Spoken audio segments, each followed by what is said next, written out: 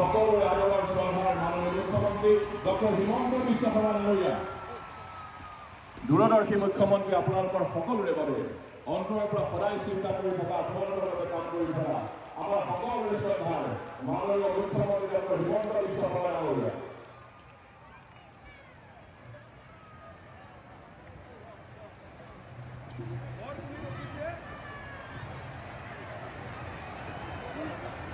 মাননীয় মুখ্যমন্ত্ৰী ডক্টৰ হিমন্ত বিশ্ব শৰ্মা ডাঙৰীয়া আৰু লগতে আমাৰ অতিথিসকলক আমি আদৰিছোঁ। অসম বিধানসভাৰ অধ্যক্ষ মহোদয়,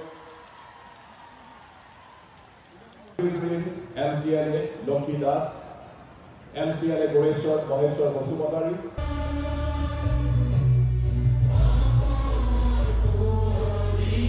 মুখ্যমন্ত্ৰী মহিলা উদ্যোগিতা অভিযান অসমৰ আত্মসহায়ক গোটসমূহৰ প্ৰতিগৰাকী সদস্যৰ পৰাকৈ প্ৰথম পৰ্যায়ত 10,000 টকাৰ উদ্যোগিতা পুঁজি প্ৰদান কৰা হয়।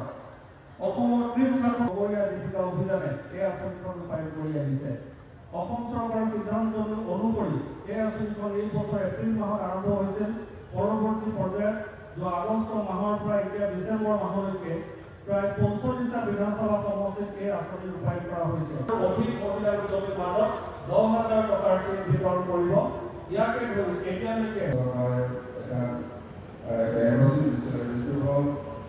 আমাৰ আজিৰ দিনত যিসকল ছয়জনৰ গোষ্ঠী বা কৃষি অঞ্চলত থকা সমাজী আৰু আদিবাসীসকলক জনজাতিকৰণ দিয়াৰ ক্ষেত্ৰত আমাৰ কোনো আপত্তি নাই বুলি কৈছে। কিন্তু আজিৰ দিনত যিসকল ট্ৰাইবেল আছে, কাৰ্বি হওক, ৰাভা হওক, মিচিং হওক, তিৱা হওক, যিমান ট্ৰাইবেল আছে, এই ট্ৰাইবেলসকলৰ যিটো অধিকাৰ এইটো নষ্ট হ'ব নালাগে। সেই কথাটোৱে আমি ভাৰত চৰকাৰ বা অসম চৰকাৰৰ ওচৰত আমি এই যিটো চাৰ্টিফিকেট বা এনঅ'চি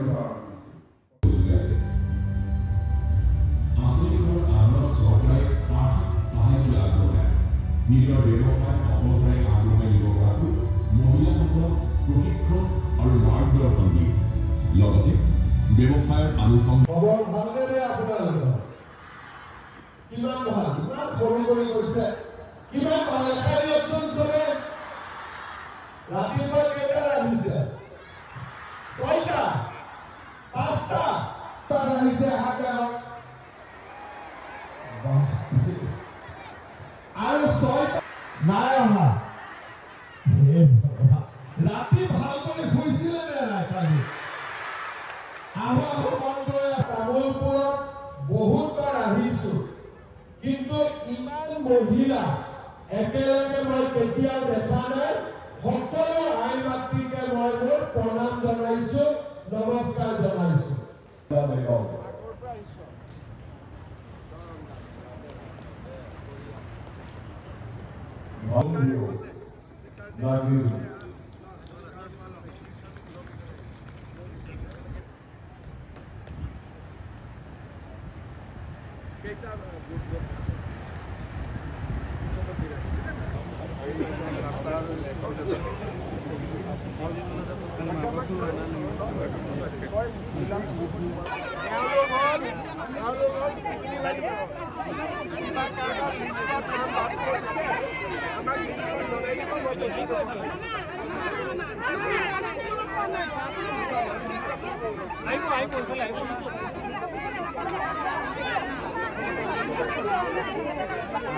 আপনার কাগজ দিয়ক।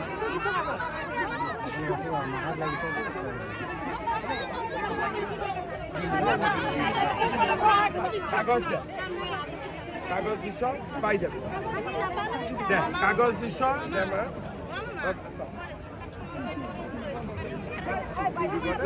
কাগজ দিছ নে মোক কাগজ দিছ। ঠিক আছে, তই এটা কাম কৰিবি, এখেত কালি ডিচি অফিচত যাব, ৰেচন কাৰ্ডখন হোৱা নাই, কালি ডিচি অফিচত এখেতক গৈ লগ কৰিবি।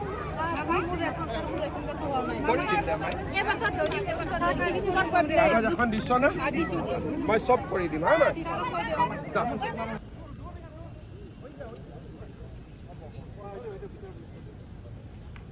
চেঞ্জ কৰিব লাগিব ন হেৰি আমাৰ কাৰ্যকৰী হয় ভালে আছে ন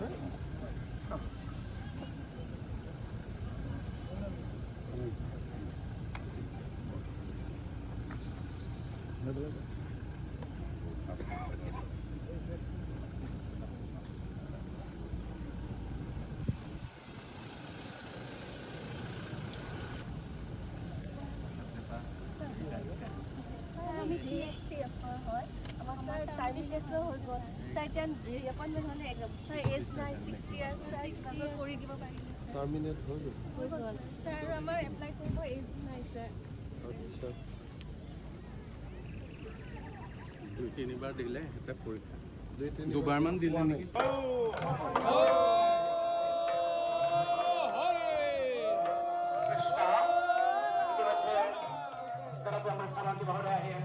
আমার ওসব পাইছেহি আমি আমার উত্তর করা বড়কে পরিবেশন একেবারে বড়কে পরিবেশন করতে পারে অনুরোধ জানাইছি কৃষ্ণ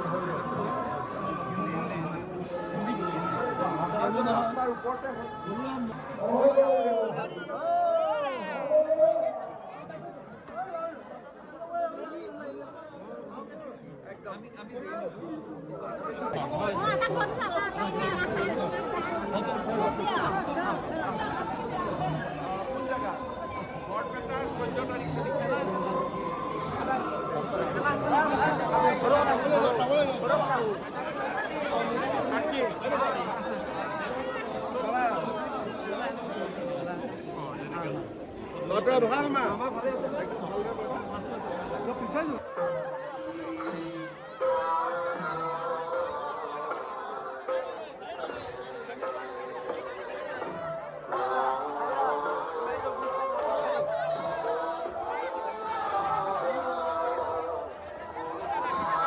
কৃষ্ণ সংঘবু আপোনালোকে আমাৰ ডক্টৰ হিমন্ত বিশ্ব শৰ্মা দেৱক আমাৰ যি ৰাস্তা পথত অসুবিধা লগাইছে সকলোকে অনুৰোধ জনাইছোঁ তেওঁক যাতে যোৱাত খবৰ কেনেকুৱা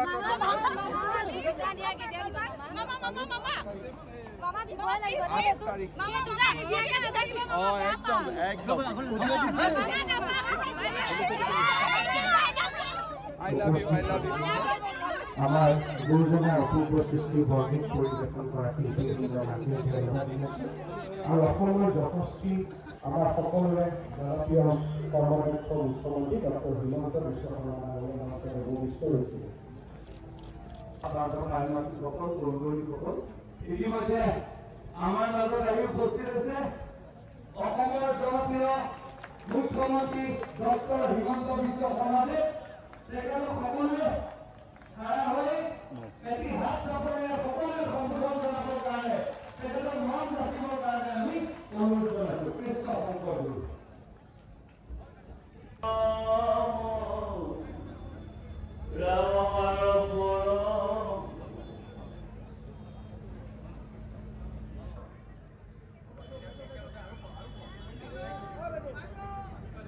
আৰু এখন চেলেঙৰে সম্বৰ্ধনা দিব আমাৰ আচাৰ্য প্ৰভুৱে।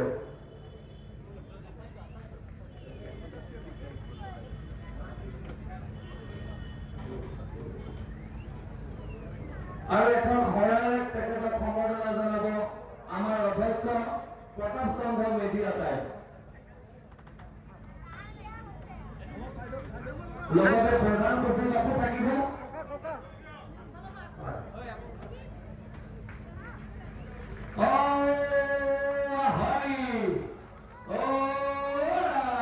কৃষ্ণ শংকৰ গুৰু।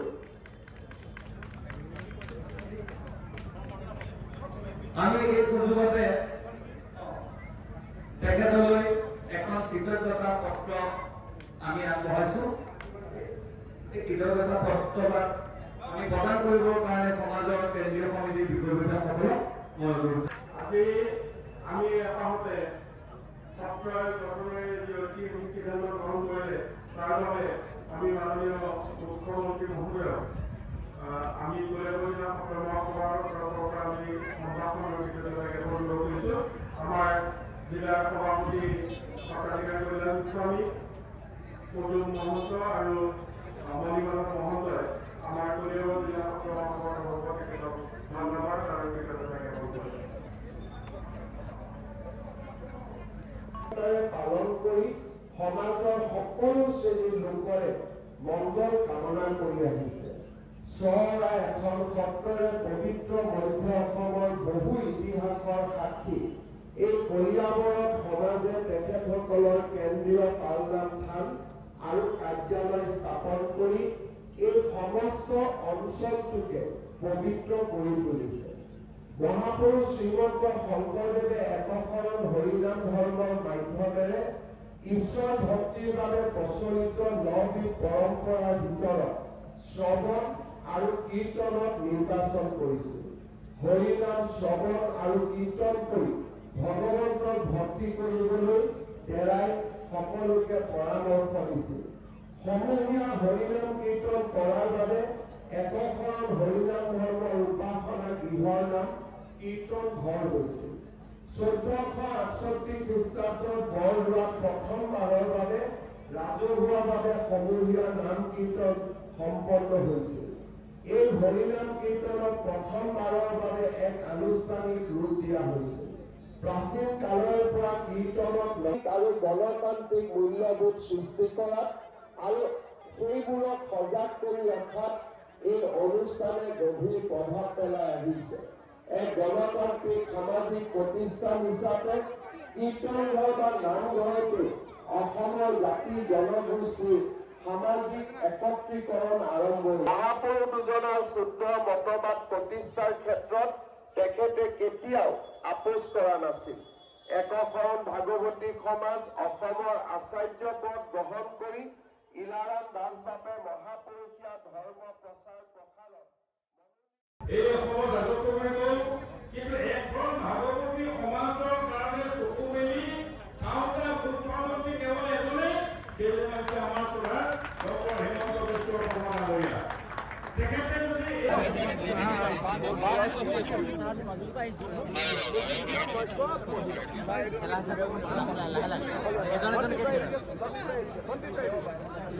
কলিয়াবৰ বাৰ আমাৰ সুধাৰ আচাৰ্যবাদ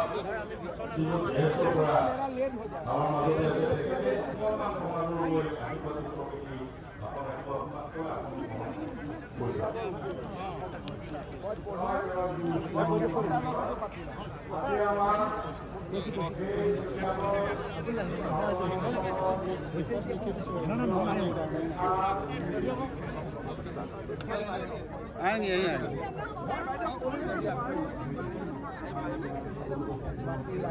পাইছো মানে আমি দিছে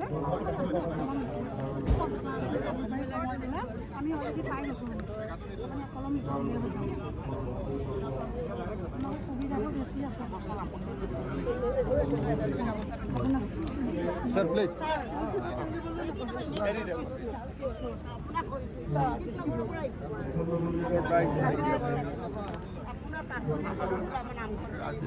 আমি মানে লাচিত নগৰ নামঘৰত মই যাব লাগিব 5 মিনিট যাম আপোনালোক মানে থাকক এতিয়া গুৱাহাটী ঘূৰি যাব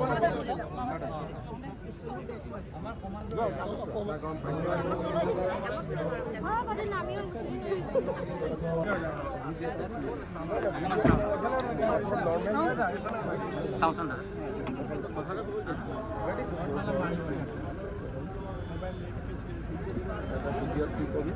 মামা মই আপোনাৰ কাৰণে ৰাতি গোটেই ৰাতিটো দিল্লীত থৈ বহি থাকোঁ ঠিক আছে টোপনিত আকৌ হাতীয়া খাব দৌৰিছোঁ একদম 7 গড়লৈকে মামা কিমান কিলোমিটাৰ হ'ল এতিয়া 15 কিলোমিটাৰ মান মই দৌৰিছোঁ আপোনাৰ কাৰণে বাবা তই ভালে থাক আৰু খুব ভাল হ'ব হা